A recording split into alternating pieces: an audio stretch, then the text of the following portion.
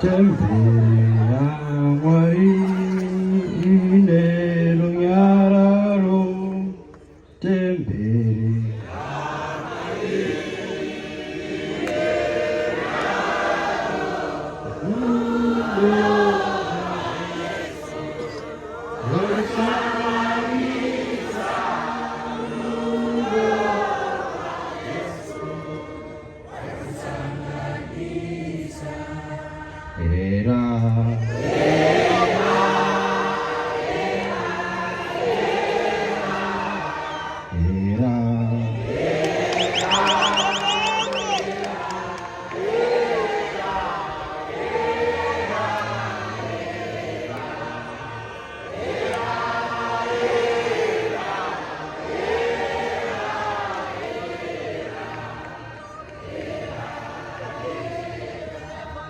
rugare vana vaMwari, rugare vatendi.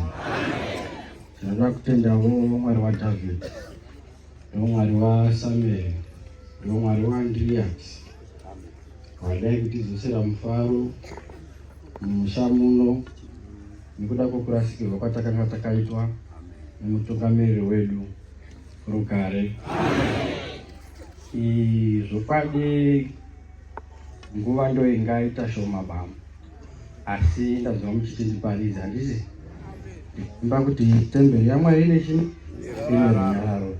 Iyoyo ivhangeri huru zvekuti kana Kristu ari mukati mehana dzenyu munozvinzwisisa kuti ndadipi? Ndaparidza Rugare. Saka zvokwadi ndinoda kutenda Mwari nenguva yamachipa.